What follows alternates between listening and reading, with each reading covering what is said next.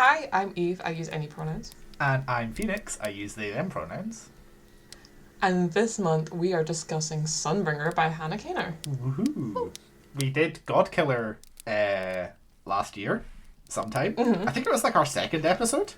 I think so. Of the And this podcast? one's our third. No, this is our second episode, book club wise, of the year as well. Oh my god, we've done it again. We're so smart. We've done it again. It's almost like We we planned are. that, except that we didn't. We really didn't. Well, we definitely planned that, everyone. Yeah. I guess it's because it came out the same time of year, to be fair. Yeah. Yeah. Yeah. Yeah. So But yeah. obviously, before we start talking about Sunbringer, if you haven't listened to our Godkiller episode, you should go do that. And also, Yes. if you haven't read either of the books, you should go and read both of them. Yes, and then because come this will back. be so spoiler filled. Yes, because this follows on directly from Godkiller. Yeah. So you really do need to know what was happening. Yeah. Last time. But, yeah. To start, why don't we go over what our rating was for Godkiller first? Yes. And then we can go into our themed drink. Yes. That sounds like a good plan. So Mm-hmm. should we do our Godkiller and our Sunbringer rating so we can compare? Mm-hmm. Okay, yeah. My Godkiller score, I remember, was 6. Uh-huh. And my Sunbringer is 7. Okay, so we've gone up. We've gone up by a singular point, but that is very good. You've actually gone up slightly more than I have. Interesting. Oh, because okay. my Godkiller score was a 7.4. Oh. And my Sunbringer score is an 8.3. So I've only gone up by 0.9 of a point. How have I gone up higher? Well, but despite that, I'm still... You're still I've got a higher scored it score, more. yeah. Yeah. Yeah. And we should probably also... we didn't talk about Cawpile. Wow, we're so good at this. Oh, we are. We've hit it out the park. Yeah. So, those scores come from Cawpile, which was originally created by Book Roast on YouTube.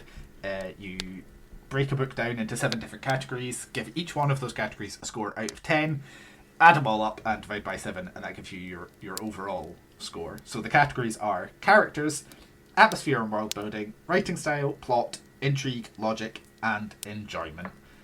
And that's what's given us those scores.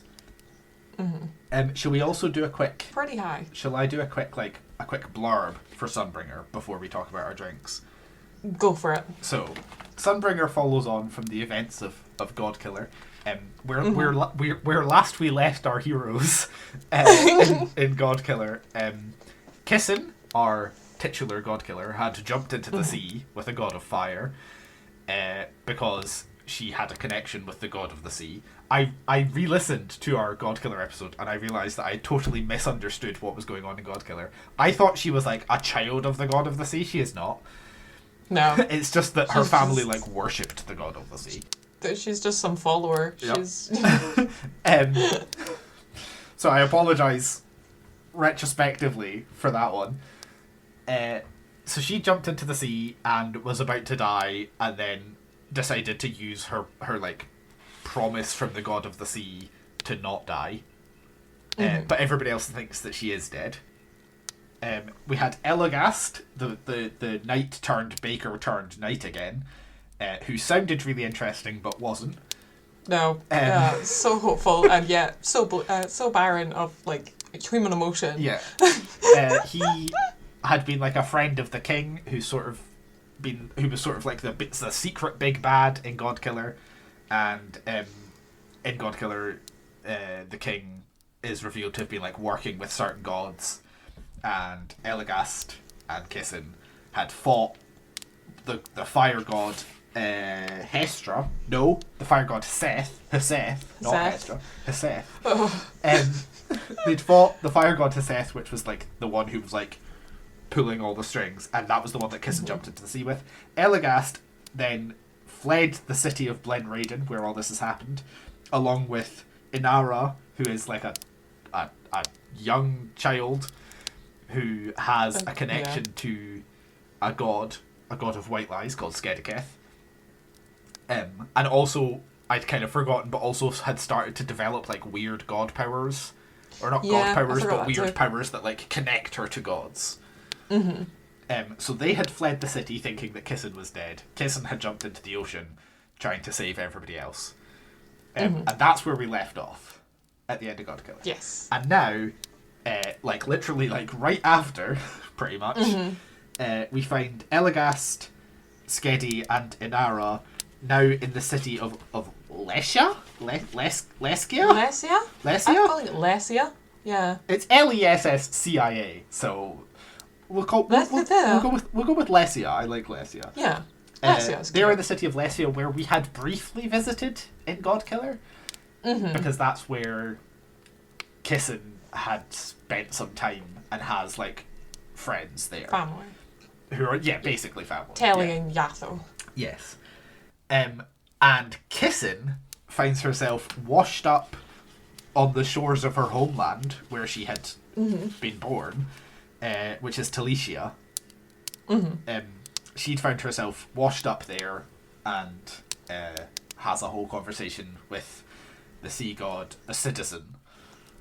And that's sort of where we start. Kissin then goes on a bit of a campaign, because after the death of Seth, who had like her followers had like taken over Talicia, but they are still worshipping her, and they're like actively trying to bring her back.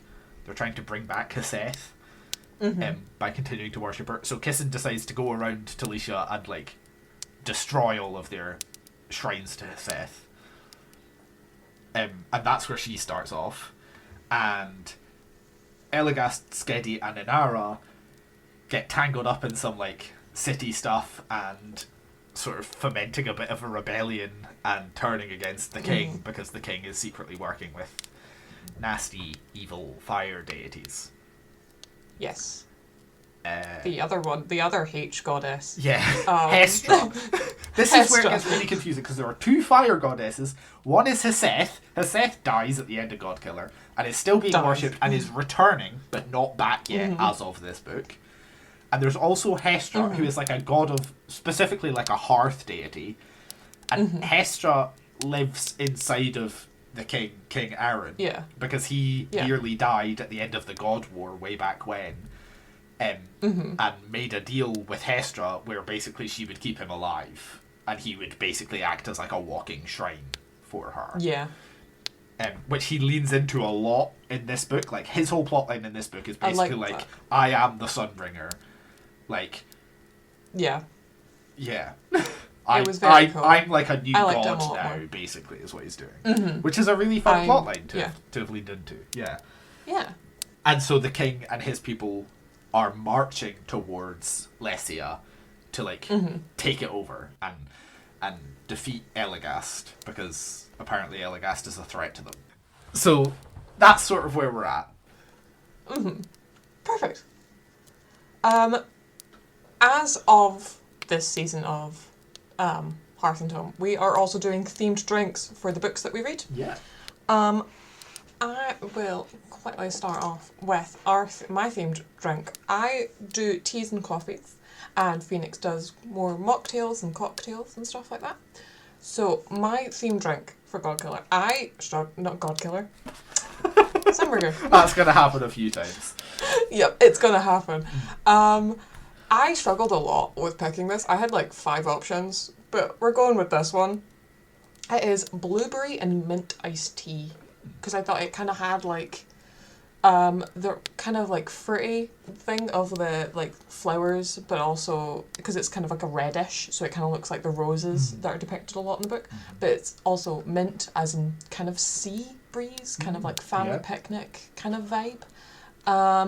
It is 5 peppermint tea bags, 140 grams of blueberries, 2 teaspoons of golden castor sugar, ice, mint leaves, and lemon slices.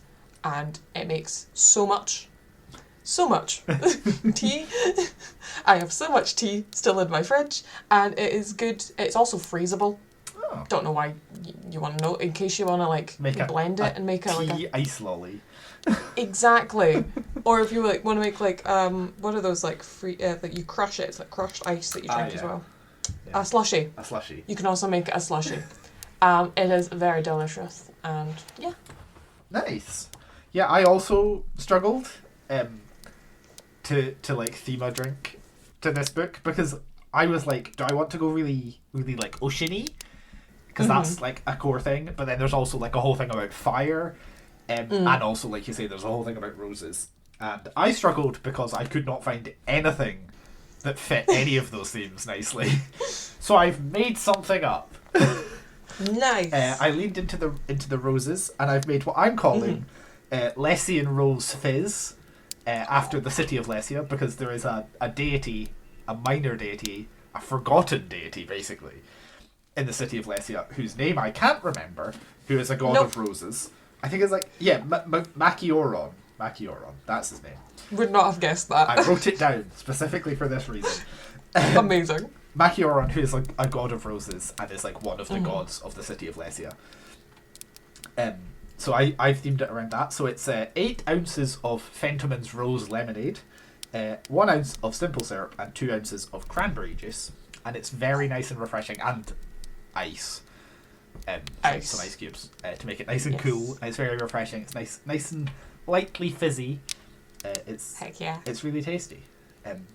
So yeah, you can make those drinks if you want to, and drink along with us. As before, we will be drinking somewhat throughout the show, but obviously we will make sure not to make it too obvious when we're taking big slurps.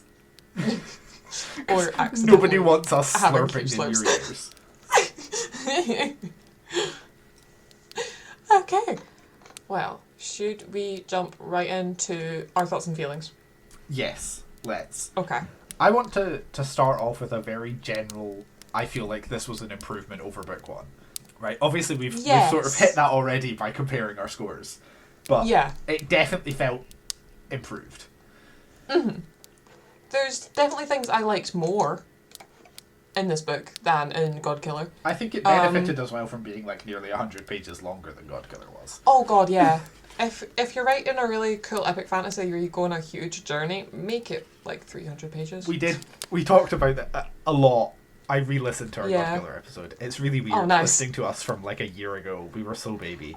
Yeah, I just remember not having any coherent thoughts. Yeah, and like not reading from my notes very well. Much like this series, we have improved since then. Improved. But one of our complaints about Godkiller was that it felt far too short, and this is like nearly 100 pages longer, and I think that did help.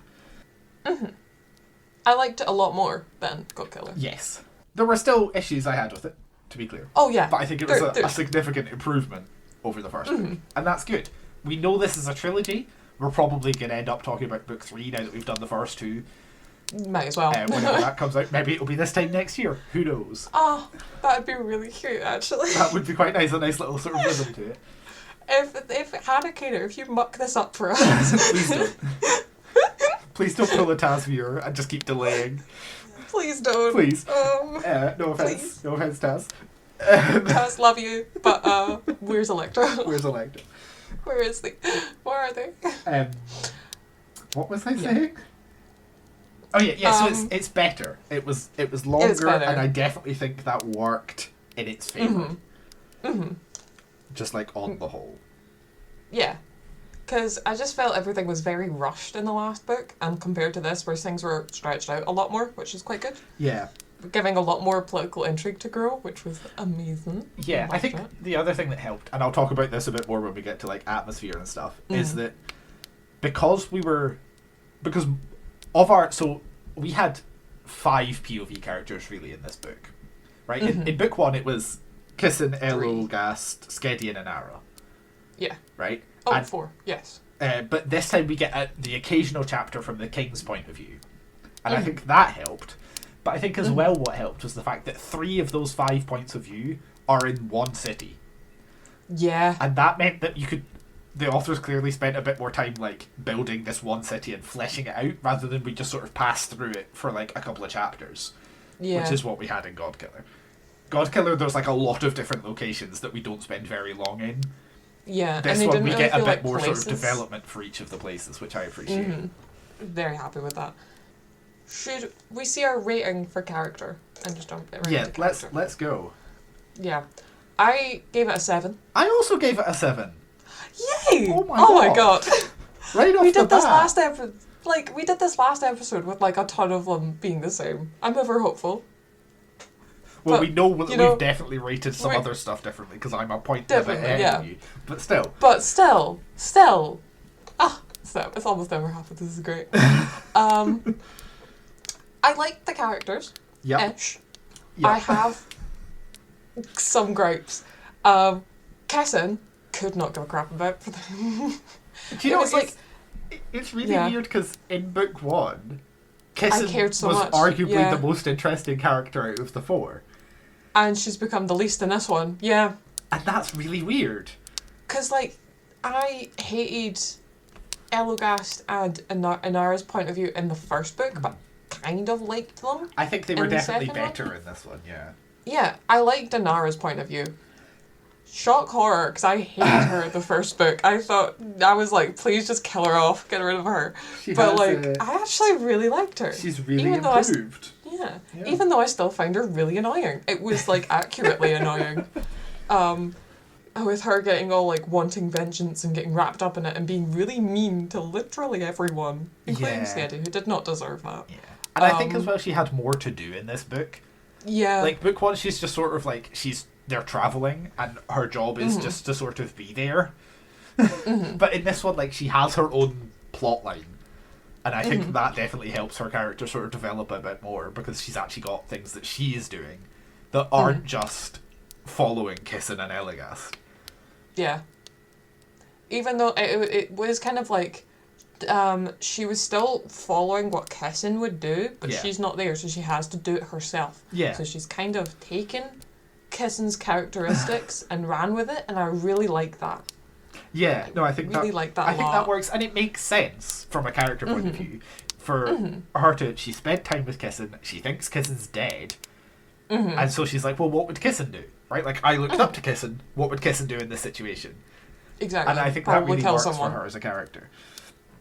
I'd The whole probably thing kill is, someone. Probably kill someone.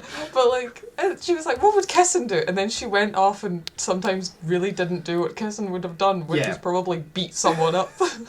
But again, I feel like that works because it's not... That really works. It's a child. Yeah, exactly. It's a child trying to emulate what they think an adult would do, but they're still a child.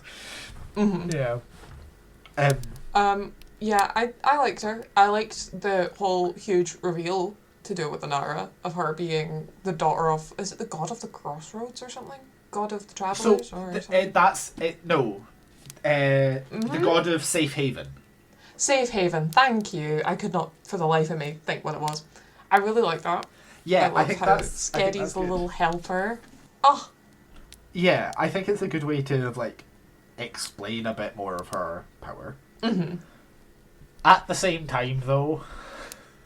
Yeah. I'm like, did we need this? Did we need it?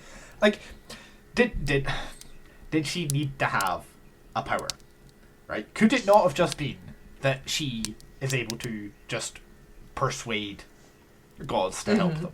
Right? Like, there's this whole bit towards the sort of the climax of the book when the king has arrived in the city and they're like marching through the city and she gets all of the small gods of the city to like help like disrupt the king and his procession, right? And I'm like, that was great. I liked that bit. But did she need to have special powers to do that? Could she not just could it not just be that she like takes the time to talk to the gods in a different way and that's why they listen to her rather than because she is a demigod? Yeah. Like, but this is just me not liking the like sort of chosen one special guy thing. I get you. It felt very Percy Jackson in a way. Yeah. Especially with one of the water god being Osidison. Osidison. Yeah. Which is just Poseidon. There's a lot of that. Like Hestra is very similar to Hestia. Yeah. You know. So that you can see there was like the Greek mythology was like there. But, yeah, I kind of liked it. I can see what you mean of, like, the chosen one demigod thing. Power-wise, I was like, okay. Yeah. Maybe not. Maybe give her something, like... She could have just prayed to them. Yeah, or just, like... Which would have been, more interesting. Yeah. Or built friendships. Exactly. Or have her spend time with the gods, other than... Because she spends a lot of time with... Is it Scan? the god of knowledge. Yeah. She like meets so her. So you can like see why that Siam would like help her at the end, even though she's kind of gone mad. Like she gave her an offering, I think. I think so, correctly. Yeah. And like, so have it be like that and not like superpowers. Yeah. Yeah. Yeah. I would say as well, although they were in different situations, I don't know that I would say that their personalities or like core aspects of their characters were that different. Mm-hmm. It doesn't really feel like they've like changed much, either over the course of this book or between this book and Godkiller. And do you know what I mean? Like, like they're different, but I think they're different because they're in a different situation rather than they're different because they've like changed as people. They've been through this thing, so they've changed. There's not been that kind of like character development. Yeah. Yeah. Yeah, I kind of agree. I don't know what the hell they were doing with Elagast. If I'm completely honest. I was so sick of him the entire time. He wanted to go back to his bakery. Just let him go. Yeah. Elagast's story in this one is a bit weird. Yeah. Because he's sort of just like angry at the king because he's angry at the king. Yeah. And it's just like what's he doing? Yeah. Like he's like involved in this whole rebellion, and he's like he becomes sort of their de facto leader and they're like strategists and stuff. I believe they shouldn't have made him the leader of that. It kind of makes sense because he's got like the military experience and he knows the king and all this sort of stuff. But still. But it also it is weird because like there's a lot of stuff initially about how they don't trust him, and then they seem to just sort of start trusting him quite easily. Immediately trusting him. Yeah. Yeah. And also, like you say, I just don't really know what the point of it was. Because I was so bored with the same thing in his chapters happening over and over again, because it seemed like he'd go to talk to someone, he would plan something out, someone would not go with that plan and they'd have to deal with the consequences, and that happened like for 90% of the book until the end. Yeah. And it just it did kind of feel a bit like they just didn't quite know what to do with him. Yeah, it just felt like all of his strategic planning was for like no point at all, and this whole rebellion was for no point. It just felt like a group of like 4 people. Yeah. As well, even though they were meant to have all these kind of like backup troops and have taken over the city at one point, and was like, where have these people come from? Yeah. And then my other sort of issue was with the king. Yeah. Because I still don't really get what he was doing with Hearth in book 1. No. Right, like he's made this deal with Hestra to stay alive. Mm-hmm. And I think the idea with Hearth was that like they would like take over the world together. I guess. I think, but I don't know if that was ever really made clear. And then in this book, to begin with, he's like, what are we ever going to do without Hearth? And then really quickly, he's like, oh, fuck it, I'll just basically declare myself a god and everybody will go along with it. And everybody does just go along with it. And I'm like, this is a kingdom that you have spent your whole life being like, fuck gods, gods are evil. And now you're like, oh, I'm a god now, guys, so it's all good. And it was just a bit weird. Nobody was like angry at literally him becoming a god or him proclaiming himself a god, even though his doctrine the entire time throughout the entire god war has been fuck the gods, let's kill them all off. And yet immediately everyone's fine with it. I think it would have been a really interesting thing in Elagast's rebellion as well if you'd had like a faction of people who dislike the king because they believe in the gods, right? Which was like they were there, right? There were people who like the guy Canavan or whatever his name is, who is also a demigod. He's the one who's the demigod of the like god of Crossroads or something. That's his mother. The one he was with. Yeah. I forget her name. Who cursed Elagast in book 1. Yeah. So like there was him and there was the people who like believe in the god of ink or whatever.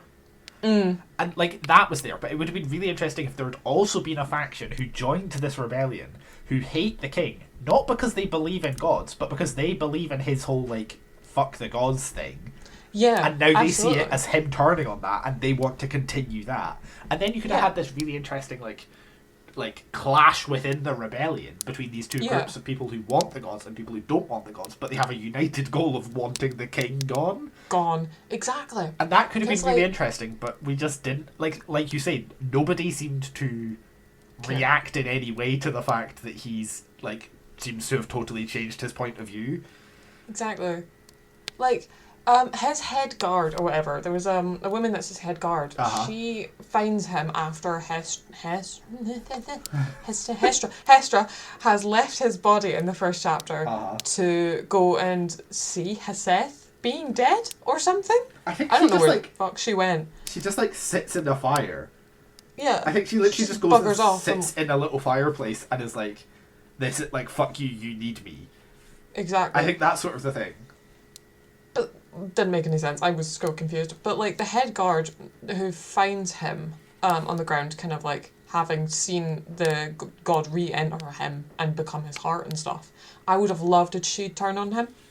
Yeah. And not beat everyone else and to be like, you should follow him. And they immediately did. It would be really good if, like, she put on a facade of, I'm following you, and then being in the rebellion as kind of like a spy or something. And there was, like, almost a little bit of that because he had his, like, chief god killer guy who did sort of turn on him, but it was right at the end, and then he immediately died, like, the chief. Yeah. And I was like, well, that was just nothing. There was no point of view. Yeah. Right. Yeah. So it was just, like, a bit... God killers are meant to be so odd. fierce, and yet you died. Yeah. There was no point. Like I said earlier, I did really like the thing of him, like, declaring himself a god. I think that was really interesting. Yeah, it just felt... Firstly, it felt like it came out of nowhere because he went from, what are we going to do without Seth, to, oh, I'll just be a god, real quick. Yeah. I think it was in the same, like, 4 pages. Yeah, that was pretty the much. first He went chapter. from, like, nobody can know that I have a god inside me to I'm gonna have a suit of armor specifically with a hole in the chest so that everybody can see the fire that's keeping me alive. Which, also, stupid move, by the way, Bizarre. on, like, a tactical front. If, like, someone douses you with water, which they probably will in the That's next it. book, then That's you're it. Game dead. over. You're it. That's it. You're done. Also, does that mean he doesn't wash? Oh, fuck. Is he just really crusty? Or does he just wash everywhere except for his, like, Hestra hole? I don't like this. Hannah Kaner, you've got to answer these questions. Hannah Kaner, these are the deep questions that we have come up with. Does he wash the god hole? Does he wash his god hole? Is that the next book? Is that the next title? God hole. Oh, God. Awful. Anyway. Yeah, it felt very strange how quickly that seemed to happen. It didn't seem to make very much sense at all. Yeah. And the other thing, which I'll sort of get to again in, like, the plot section, is the end, okay? Yeah. So, him and his army march to Lesia to, like, take back control and to, like, make a point about how he's the dominant power and to make everybody, you know, still support him. Yeah. And they, like, clash with Elagast Rebellion a bit, they clash with the gods a bit, and then, like, everything's coming to a peak, and Elagast and Inara realise that, like, right towards the end, that he is not really there, that he's sent, like, a weird, like, Hestra-powered fucking scarecrow, I guess, to Lesia. And at the same time as all this, Kissin, who has been on another fucking, like, continent the whole time, well, not continent, but another kingdom, and she had gone and talked to a god, the An, the river god, who they talked to in Glen Raiden briefly in book 1. She goes to her, like, the source of her river to, like, get advice.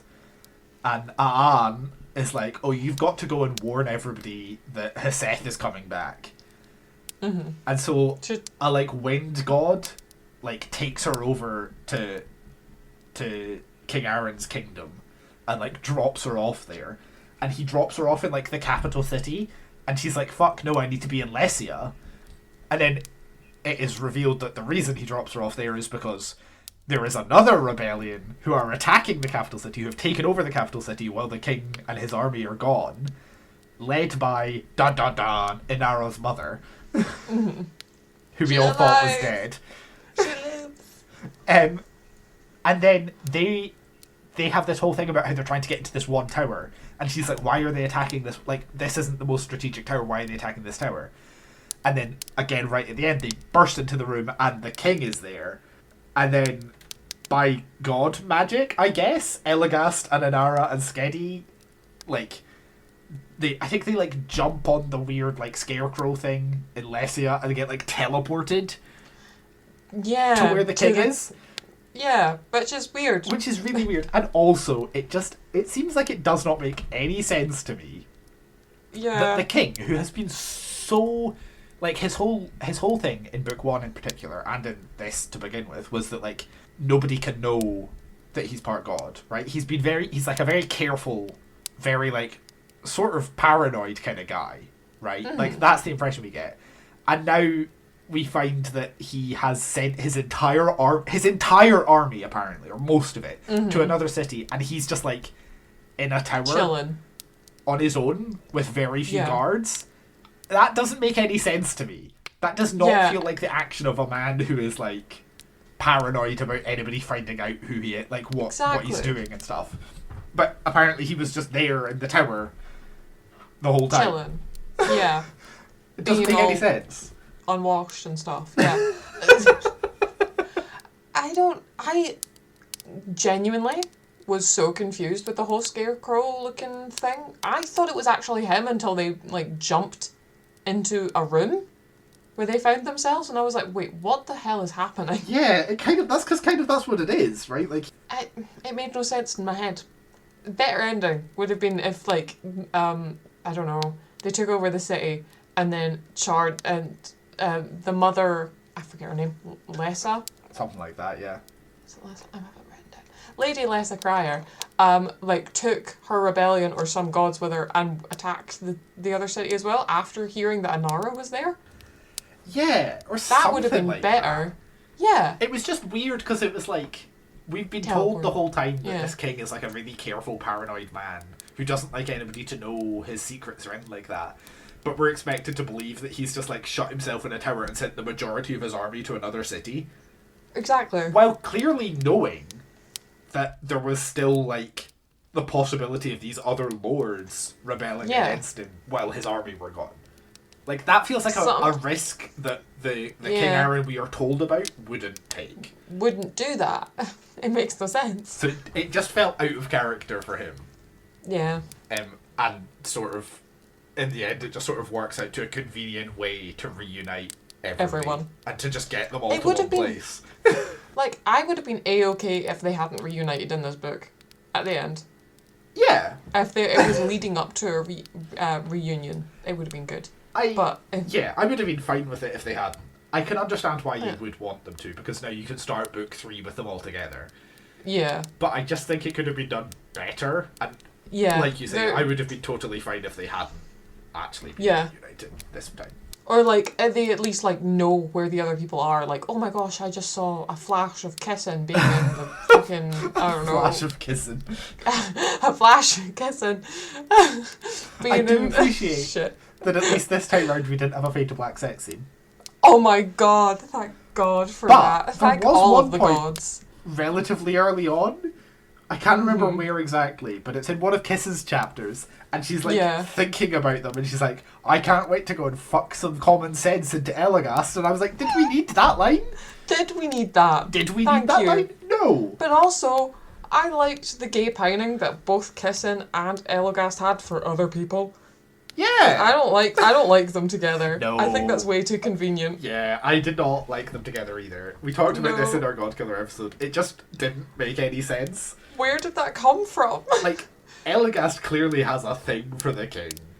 Yeah, exactly. And Kissin does not deserve to be tied down to the most boring man in the world. The most literal boring man who only wants to bake bread. Love that for him, but also, dear God, you're making bread right now.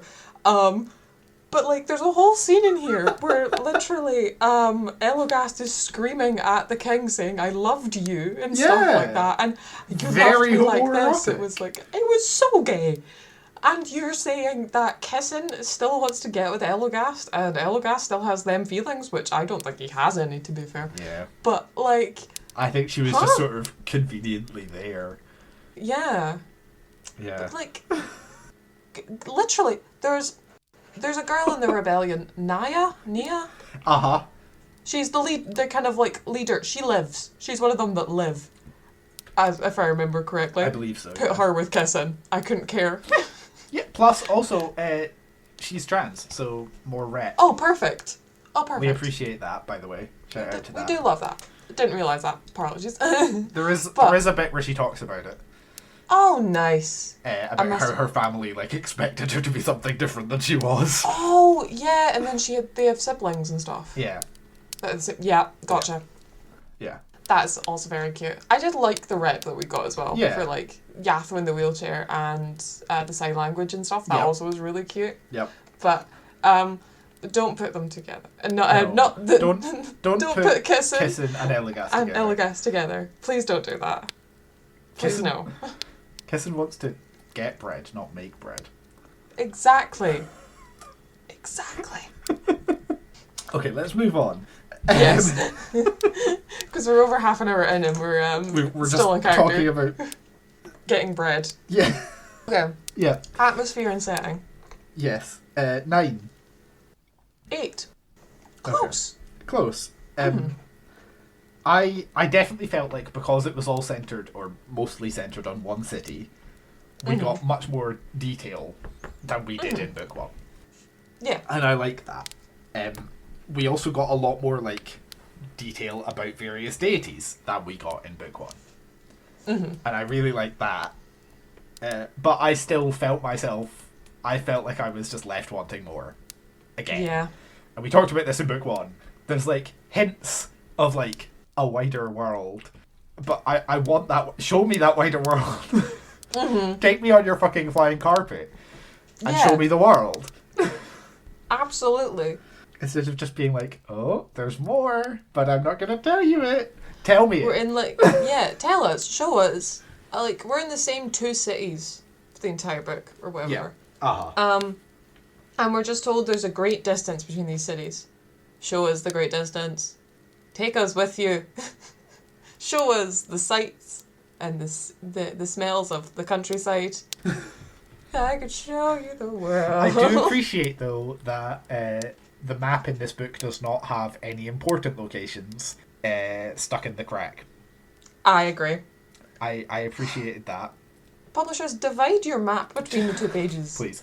At least put, like, a break in the page, and don't put the centre, like, most important place within the bit that gets lost. Yeah. We don't like it. Yeah, we don't. We don't like it. But yeah, I felt like the world building was definitely stronger in this one because it was mostly centred on Lesia. Yeah. And that helped a lot. Yeah. Because it meant we could get to know that city and the gods of that city. And that was much more interesting than, like, brief glimpses of it that we got in Godkiller. I liked it a lot more. So the only thing that I think they showed in Godkiller was the fountain that's at their home. That's at Telly and Yatho's house or whatever. I think there's, like, a pool or something. That's all I remember is they talked around, like, a fiery pool thing. I liked it. I liked the, I want to say library, but it's not a library. Archive? Yeah, Archive, yeah. That whole thing was great. I loved exploring there. Yep. I loved Anara sneaking off into the forbidden area bit and finding Scan and that whole interaction. Loved that. I thought that was very entertaining. I also really liked, specifically about the archive, the whole thing about, like, the king, like, trying to set restrictions on the archive, and there being sort of internal archive politics, where there's some people who are, like, willing to go along with that, and there's some people who are like, no knowledge should be accessible to everybody. And I like that we got glimpses of that Again, I would have loved more. And we do have some archivists who get away from the city of Lesia as the king is attacking. But right at the end of the book, we realise that they've travelled to a city that is now on fire or something. Yeah, I think so. Which means the books that they could have taken with them might be, like, gone now. Like, they realised that the city of, like, was it Enerton or something? Is under attack, Maybe. and they're like, wait, that's where the guys have gone. That's where they've gone. I can't remember exactly which city it was, but one of them. Yeah. Daysmouth, that's what it was. Daysmouth. Which I don't think is on the map. Is it Maybe not? I just can't see it. Anyway, I liked that we got some like stuff about the archive and the archivists. Yeah. And I hope we get more of that. I wish we were there longer. I really take us to class. Show us the books. Love a fantasy archive, fantasy library thing. Love it. Love it. Yeah. It's so good. It is. I just want to read the books that are there. Yeah. I just want to know. I just want to know more. Like, I loved the whole bit where Inara was like flipping through the books about her dad, her parent god. Uh-huh. Forgot.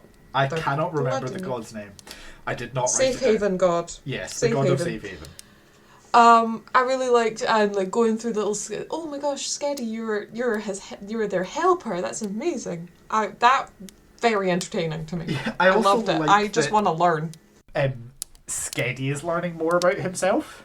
Yeah. And it's also becoming more powerful, right? He started to get like believers. And we see like Inara gives him an offering at one point, and then somebody else gives him an offering later in the book, and he gets bigger. Physically bigger, which I think is really cool. Yeah. It becomes like a horse thing at the end. Yeah. Like I think a jackalope horse. Yeah, he's just like getting bigger and bigger, which I just think is a really fun. It's amazing. I think that's such a great like representation, a great way to like represent like how people's belief in a deity can affect them. I think that's one of my favourite things about these books. I love that sort of thing. Yeah. I love the idea of deities that are like man-made, and without belief they just die, and with belief they grow. I think that's a really fun thing to play around with, and I like that we're getting to see it from the deity's point of view in Skediketh. Exactly. I think that's really cool. Because like I think it was like the god of like the roses. There was only like one little like hidden trinket within a rose bush, and that's why they're stuck around. Yep. And when that goes, all of the roses die, and it's like, this hurts. Yeah. This is and like Macioron is the name, and like it's mentioned as well that he's not even got enough like power to have like a form. Yeah. Like he's just like a rose bush. Because he's like not got enough gust in the power to wind. like create like a full form. He's just like an essence of a god. That's all that's left of him. Is so pretty. Yeah, and also really heartbreaking in a way. And then he goes, and it's hard. It's really rough. Yeah. It was the Rose God, and I think Scan dies at the end as well. I keep saying Scan, but it feels wrong to say Scan. Maybe Cien? Scan? Or I don't know. This the is God why of knowledge pronunciation guides, people. would be great. Please. Them both dying at the end really was like, whew. Yeah, and gut-wrenching.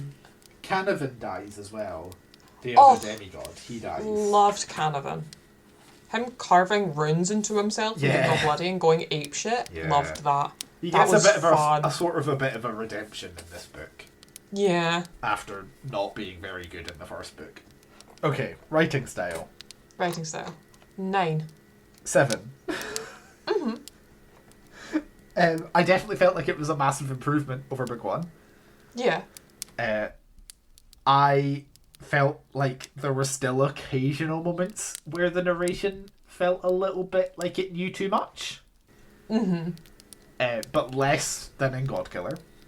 And then my other issue was that I felt like Skedi's and Inara's chapters didn't feel like they had enough distinguishing features to tell them apart. There were often chapters where I was like, am I reading from Skedi or from Inara? Because I can't tell.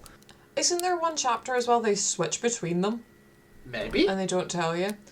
I think it was like one of the, during the fights, like Nara's running and then suddenly there's a break in the page and suddenly it's Skedi. Possibly. I can't I could be wrong, but it might just be separate chapters. One after another, but it felt the same because they seem to run everywhere. And like it makes sense, obviously, because of their whole bond thing that they can't go far away from each other. But I think as well, part of it was like the way they think and the way they talk felt too similar. And because most of Inara's chapters are her having conversations with Skedi, and most of Skedi's chapters are him having conversations with Inara, it made it really hard to keep track of whose chapter I was reading. Mm-hmm. And whose feelings were whose. Yeah, and I just think a little bit more work could go into separating those a bit more clearly. Mm-hmm. But I definitely think it was, like, an improvement. Yeah. I do think it was an improvement. I liked the most of the writing stuff. It was purely the consequences of characters. It was kind of irked me. They would plan things. Elagast and everything would plan things, tell Inara about them, and Inara would immediately do the wrong thing, and then they would have to deal with consequences. I mentioned this earlier. It was tons of consequences right up to the end of stuff that they had planned not to do. And it just really kind of irked me, because it was just her doing her own stuff, and it was like, you know this is going to cause a rift between you and the others. You know this. Why are you doing it, though? And there was no kind of like, I don't know, there was just something missing from it. Yeah, it very much felt like Inara, and it kind of makes sense from a character point of view, of like Inara being so determined to get like revenge, and she's a kid, so she doesn't really understand. But it also felt like at times she is used by the author to like to just create a problem where there wasn't one. Just for the sake of making a problem, just for the sake of not having Elagast's plan work perfect. Because if Elagast's plans work perfectly, then most of the book wouldn't happen. Yeah. Because it was she snuck into the library, met Sian, and then came out and then went and helped Telly with the whole translating Telly's sign for like the scholars and stuff. And immediately, one of the counterpoints was, this person has lied to us, they broke in somewhere. Yeah. If she hadn't done that, most of the stuff in this book wouldn't have happened. Yeah, and I think there's ways to still prevent... Like, I think there's ways to still have the same things happen without having it constantly just be that Inara fucked up again. Exactly. Because it just feels a bit like, oh yeah, of course she did. She might fuck up, but just do it like a couple times and not like most of the plot points being her. Yeah. Because it shouldn't be her problem. It should be maybe Elagast fucking up, because I would have loved to see him fuck up. It would have been great and not be boring. Yeah. From his point of view. But yeah, all I've got for writing style. Okay. Plot. I gave it an 8. I gave it a 5. Oh, so this is where it starts to diverge then? Yeah. It feels like a bridging book. It definitely does. Because it is. But it is a feels bridging so book. much like it. But it is the middle book, and I don't know if it's just a middle book syndrome thing for me, but I was just like, this is taken forever for anything to happen. To get the army to get there. I know there's meant to, the army gets there after like weeks and weeks of time, but I would have liked it if everything was a bit peppier. If things were a bit more going, because it just felt like chapter after chapter they were planning and planning and planning and nothing was actually happening. Yes. For me. Kissing was really boring. I couldn't, great, she was going around and destroying the statues, but like, can we see more of that, more consequences of that? That's the thing, right? Because like, we're just sort of, like, we have a bit of kissing, and then we go back to Skedi and Inara and Elagast, and then we jump back to kissing, and it's like, oh, and she's been destroying a bunch of statues. I'm like, well, could we see that? Could you show that? Yeah. Could we see her in fights and stuff? Yeah. More fights that she doesn't get like brutally injured in. I do like that we had that bit where she kills a guy. She kills a person, and she's never killed a person before. She's killed gods, and she's hurt people. But she's never killed a person, and I like that there was a moment where she's like, I didn't want to do that. I didn't intend for that to happen, but it had to happen. Yeah. I think that I did worked like quite that. well. Yeah. But it was just, most of her stuff I didn't see a point in happening. Yeah. Like Poseidon, I'm just going to call him Poseidon, because it's easier to say than whatever the hell was his actual name. Poseidon. There's a chapter of literally just them talking, and then suddenly he's back trapped in the sea and he Yeah. can't get to the land because of like some pirate ship or something that comes along. It's with, like, because a net. the I'm so confused. the Hearth The metal. people Yeah. are dropping cages made from bridite, which is the metal that like defeats gods. They're dropping like basically they're creating like a bridite barrier Yeah. that forces him away because he can't pass through it. And they've like very deliberately built this along like a route that they're gonna sail so that he can't interfere. But I agree, it's not made like super clear that that's what's happening. Yeah. I had to reread that bit to be like, what? Because I wasn't entirely clear on what had happened. And then I reread it, I was like, oh, I understand this time. Yeah, but that you shouldn't have to, like, you should get it immediately, because there's like chains on the cover that are attached to them. Yeah, it's... So like, what? I was confused. It's a bit weird, it really is. Yeah. And if you make him the cover as well, where is he? Where is he? He's not in the book that much. Yeah. He's in like 2 chapters. Yeah. Like, Kissin might be carrying around his knife, but there's no point. I feel like if it had been a statue of Hearth, one of the statues of Hearth that Kissin is destroying, that would have made a bit more sense. Yeah. Or like the statue of Sian from the yeah, that would have made more sense. Or more roses, because like the rose god is like the end papers of the hardback. Yeah. And don't get me wrong, it's very pretty cover, but I agree, it's like it's weird that that's the cover, but he's barely actually in the book. Yeah. Yeah. Where is this man? This is one of the things that I talked about when we read Godkiller, was that part of the reason that I wanted to definitely read the sequel was to see if there were moments that felt like they could have just been all one book. Yeah. And obviously, you know, judgment will have to be reserved until book 3 comes out, but so far, it's feeling like this could have been a duology. Yeah. That you could have had the events of Sunbringer happen in one, and Godkiller happen in one book. And like split it maybe part way through Sunbringer, and then move on to book 2. And not have to have like a bridging book, like you say. Have like the bridging happen during book 1 and then like straight into book 2. Straight into book 2. Instead of having to have a second book, the entire purpose of which is to reunite them. Like, if you wanted them to have a reuniting arc, why make it like why make it 360 pages long? Exactly. Why make it this length? Why not just could have just had end Kissin have a vision given to her by a citizen that shows her what is happening with Hearth returning, and the followers of Hearth like are gonna attack the mainland and all this. You could have had her see that in a vision, and then she tells the others, instead of having her see that and then a book later they all get reunited and she's like, hey guys, Hearth's coming back and she's burning everything. Exactly. It was just weird. Hear me out. This might be like complete nonsense, but if they had split this and they didn't do a reunited arc until like they reunited at the very end of like the last book in air quotes, and have not Kissin's mum, Inara's mum be on that island too and battling the fire god, maybe something to do with that, and then you wouldn't have to have like, you would have 2 separate plot lines doing with the 2 separate huge threats, and have the whole thing being like Elugast could have gone to the city, the main capital city, to deal with him instead. I don't know. Maybe I don't know. There's just it's I a definitely bridging think book. there's things that I feel like you could have done this in 2 books. Yeah, absolutely. And or just a really girthy one book. Because like you, yeah.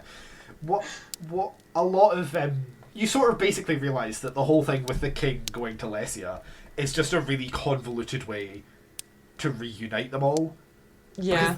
Because him going to Lesia seems to have no real consequence. Yeah.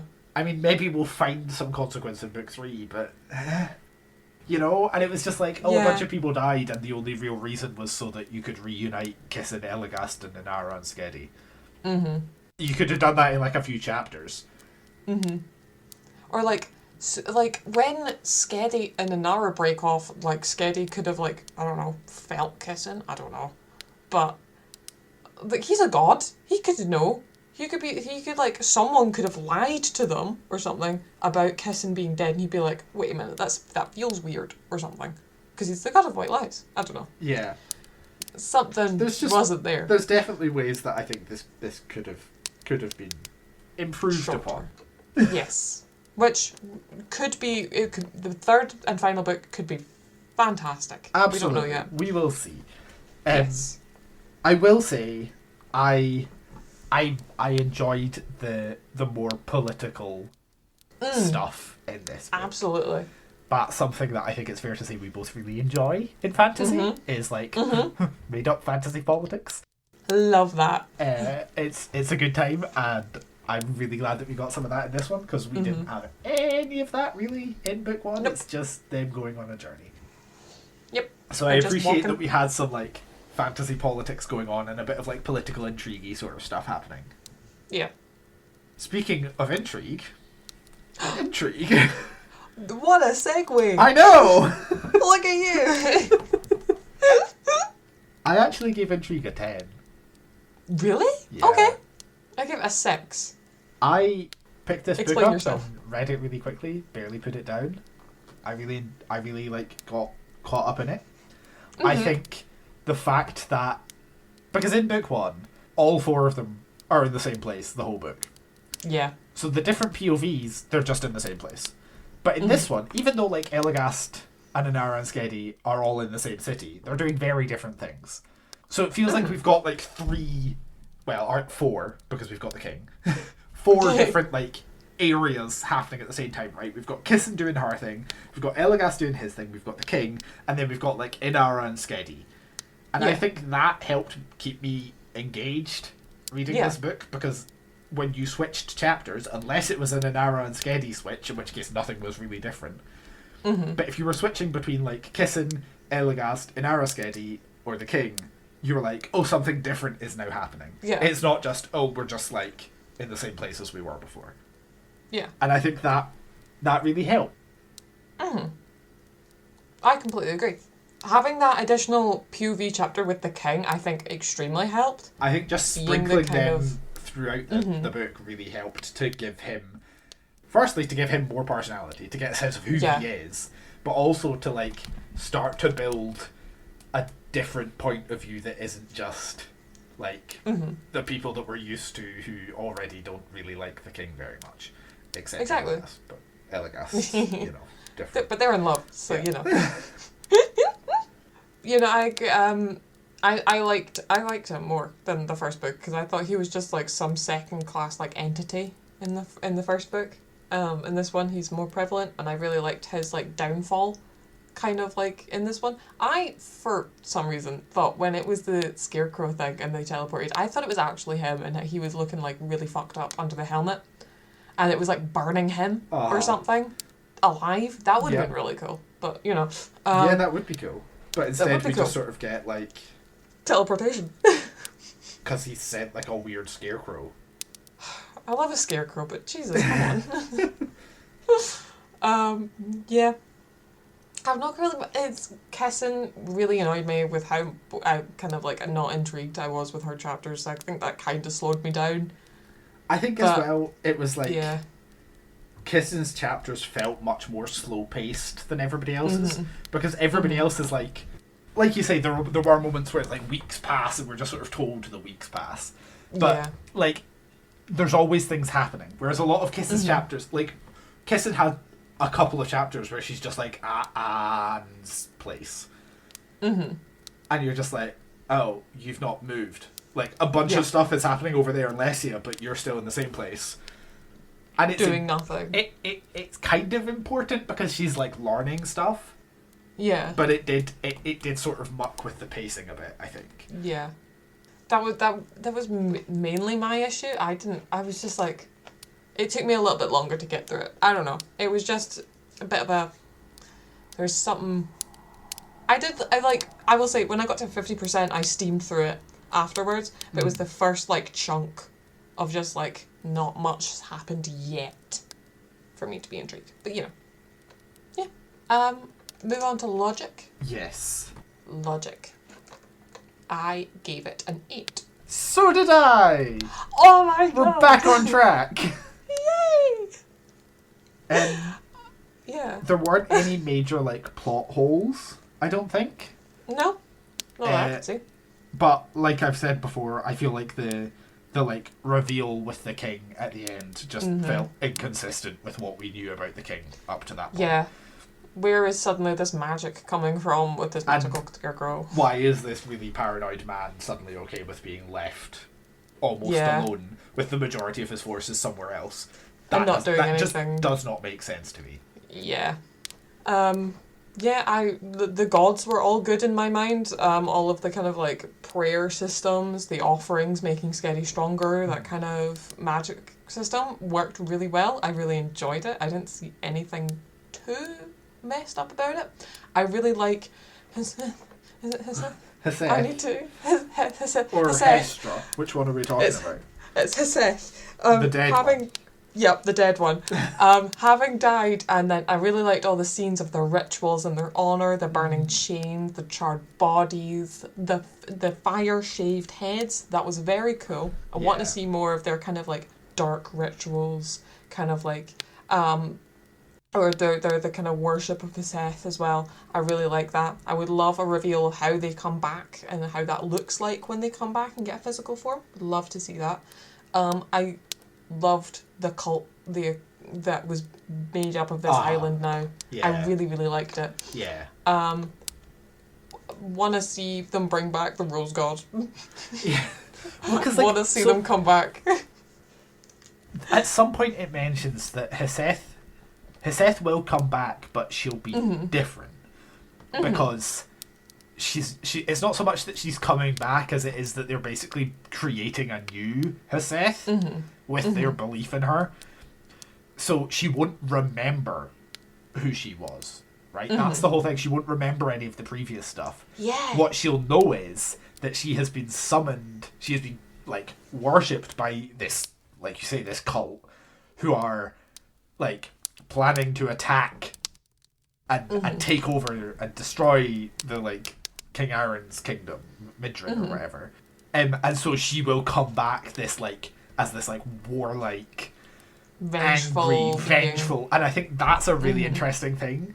That it's not just she'll come back and be that. It's that she will come back and that will be who she is, because that's who the people believing in her want her, are creating. And I think that's a really cool aspect of the world that this is, that the gods are so influenced by the people that if a god dies and is brought back through sheer power of belief, then however the people who believe in that god act is going to be how that god is going to be. And I think that's really cool. That is very cool. And I'm excited to see the war path that they go on. Yeah. I'm so excited. Yeah. Okay. Enjoyment, 9. 6. I enjoyed it. It was a good book. It was a good book. It was the second book in a trilogy. Yep. That is my only qualm. Yep. Is that it's the second book. Yep. There's growth, and there's going to be growth, and I'm going to read the third one. Can't wait. Yeah, I think we'll probably... I think we can call it now. We'll probably do book 3 for the podcast. Yeah. I think there's a solid 90% chance. Yeah. Because we started now. Yeah, exactly. We need to see it through. Unless we have some massive falling out. Exactly. How could you rate this book a 9? Betrayed me. So I think we'll definitely be reading book 3. Yeah, I enjoyed it. I thought it was... It's a solid book. I definitely think it was an improvement over God Killer. Absolutely. And I hope that we can keep that trajectory up into book 3. And I can rate book 3 a 9 point something maybe. Oh my god, if it was... Nice. Absolutely. If it's on par if and book up there. 3 felt like being another, nearly 100 pages longer, that would be okay. If it was 400 something, I feel like that would be quite good. I'd be A-okay with that. Yeah. Just to wrap everything up, Make it an epic grand finale. Make it a chunker. Make him thick, Come on. Okay, so let's talk about some alternative similar books. I've got three. I have three as well. You've got three. Good. We've Okay. all got three. Yes. Excellent. First, my first one is a book that I read relatively recently, that came out fairly recently. It's called Gog Magog. Yeah, you told me about this one. By Jeff Noon and Steve Beard. And it is in this like sort of like alternate fantasy UK sort of, like it's implied to be like that. And there is a river. So there's a this old woman called Katie Mead who is like a riverboat pilot, and she is hired to take this young girl and her like robo-man guardian up the river into the city of Ludwich. And the river is like magical and fucked up, and it's like haunted by a massive, or not so much haunted by, but it's like built out of, it is the like 60 plus mile long ghost of a dragon. Oh, nice. And so like all sorts of weird shit happens like along, and like different sections of the river there's different weird shit that happens. And it's really good. I really enjoyed it. And I feel like it's got that same sort of vibe to this, where it's like you've got like the young girl being taken on a journey by like the more experienced person who has, you know, knowledge of a thing. And I really enjoyed it, and I would definitely recommend it. Hell yeah. It's weird, but in a good way. Who doesn't like a weird book? Exactly. We love a weird book. Exactly. My first one is Empire of the Vampire by J. Kristoff. The sequel literally came out 2 weeks ago. I'm halfway through. I'm loving it. It is chunky. It's like 800 pages. In the similar vein, it is that kind of like someone learns that they are a demigod. He's like half vampire, half human, and so he goes away to this like training facility. He trains to be this vampire hunter, because the sun's gone out, and so vampires are allowed to like freely roam and try and take over the world. And he's the kind of like last line of defense. But he leaves the training facility, and he leaves the kind of branch of brothers that he was a part of in like a kind of shame. And he goes to like, he meets someone called Dior, who is a young girl he is kind of like a father to, and tries to take her to, or save her life and stuff from a bunch, I can't really say much more, otherwise it's going to be huge stuff, but save her life from vampires, cults, all that kind of stuff that kind of hold her on a pedestal, because she's also kind of like godlike in nature. And there's also a sentient sword. He talks. Of course. He's chipped, so he's absolutely mental. But he's crazy, and he starts like in the sequel. He starts singing "Ring Around a Rosie," really creepily. Yeah. During like this epic fight scene where like these like kids are in a cage and it's horrible. It's freaky. It's freaky. Yeah. I love it. Read the trigger warnings though, because it is a bit freaky. For my second one, I have The Book That Wouldn't Burn by Mark Lawrence. Yeah. Which is a high fantasy set in like this magical infinite library. Hell yeah. It's really cool. It's kind of hard to describe the plot without like spoiling stuff. Yeah. But like I say, it's this like massive, infinite, ever expanding, constantly sort of moving and shifting library where the people who work there are always trying to like find ways around and like study all the books in it, but it's constantly expanding, and it's and I thought, you know, after the archive vibes of this book, if you like that, then I would recommend The Book That Would Burn. It is a bit of a chonker. Hell yeah. It's quite good. It's like 500 and something pages, nearly 600. Hell yeah. Yeah, I really enjoyed that. So yeah, magical infinite library. Like I say, I love a fantasy library. So. I would love to live in a magical infinite library. It's my dream.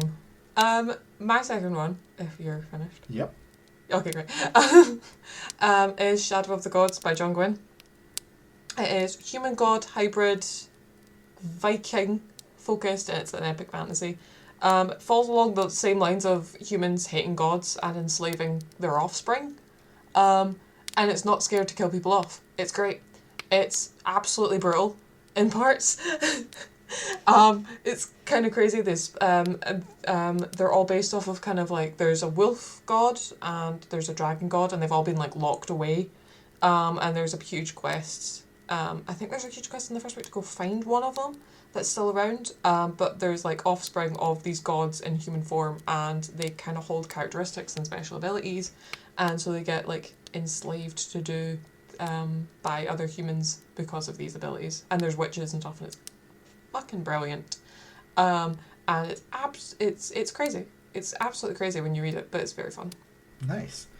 So my third one is Bloody Rose by Nicholas Eames, right, which is the sequel to Kings of the Wild, also by Nicholas Eames. But I would specifically recommend Bloody Rose because, again, it's got that like badass woman vibe. Fuck yeah. It was really good. I really love it. It's really funny, really heartbreaking. It's such a fantastic book. It really is. I really enjoyed Kings of the Wild too, as well, to be clear. But Bloody Rose felt more similar to this in certain ways. Oh, yeah. It's good. It's about a young woman who's... So in Kings of the Wild, it's like this guy getting his band back together, his mercenary band back together to go and save his daughter, who is tried to be a mercenary and is in this like faraway keep surrounded by monsters. And Bloody Rose is set, I think it's like a few years after that, and it centres on the daughter, Rose. Spoilers for Kings of the Wild, they rescue her. It centres on her and her band of mercenaries, and they get caught up in like saving the world again. Nice. And it's real good. If you enjoyed Kings of the Wild, I think Bloody Rose is actually better. I need to reread the first one and I'll get onto it. Really good book. And I would say that if you like that sort of like the not so much in this book, but the God Killer kissing vibe, the like badass lady with a sword, then Bloody Rose is definitely for you. I love a badass lady with a sword. Yep. My last one is The Will of the Many by James Islington. I think I mentioned this last year at some point in like a wrap-up or something. But it is Roman-inspired epic fantasy where your will is your magic. And it's about this, like, there was a conquest before the book happens, and the main character's family all gets murdered, and they were the kind of de facto leader of their country. They were the king and everything, and he is the last surviving heir of that kingdom. So he's gone into hiding. He was in an orphanage, and then he gets adopted and by this quite higher up in this new system and sent to a military academy where he needs to finish in the top class, otherwise he will get killed by the person who's adopted him. It is very brutal, and it is very good, it's very fun, and you actually go to class, which I know most people will hate that. I loved it. He studied, and you were there, and while he studied, and he taught someone like a language, and he reads books, and it's just and he does military training. It is very fun, very fast paced. I wish it was gay because there's a male main character, like friend of him, the main character who's right there, but they don't.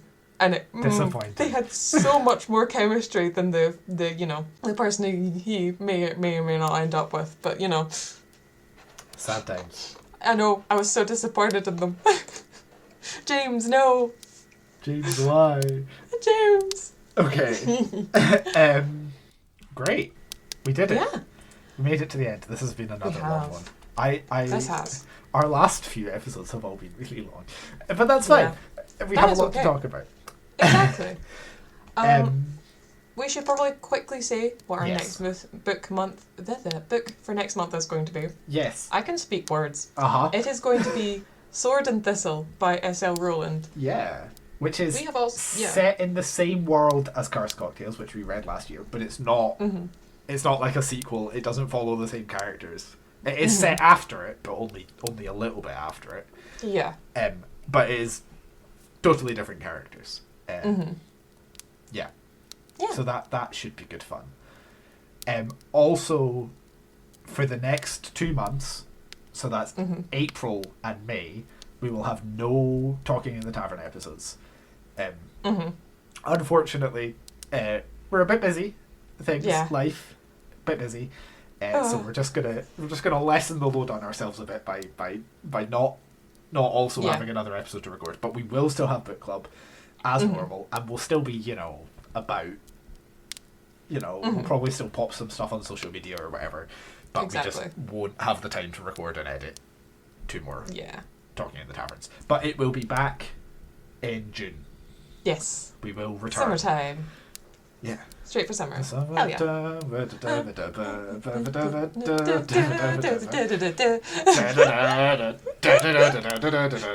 Furious headbang. Sorry. I'm leaving that in. Great, lucky me. So yeah, we'll be back with Talking in the Tavern in June, but not for April or for May. Yes. And if you haven't already, then go and listen to this month's Talking in the Tavern, which came out 2 weeks ago, where we talked about the Percy Jackson show, because we have thoughts. We have many thoughts. Many thoughts. There was a lot of ranting about certain people. In certain aspects. Yep. And things and stuff. Yep, things and stuff. Yes. Cool. Okay. I think that's everything. I think that's all our announcement-y things. Yeah, I think that's everything. Yeah, so we'll see you next month for Sword and Thistle by S.L. Rowland. Thank you for joining us here at the Tavern. Phoenix, where can our listeners find you outside the podcast? They can find me on Twitter, Blue Sky, Threads, or Instagram, all under Beans and Fungi. What about you, Eve? And you can find me under Cozy Crow with an S and not a Z on Instagram, TikTok, Twitter, and YouTube.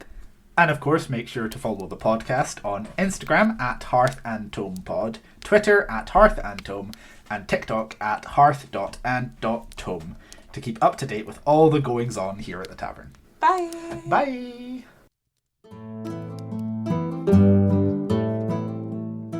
The music used in this episode was Midnight Tale by Kevin MacLeod through Incompetech.com, licensed under Creative Commons by Attribution 4.0 license.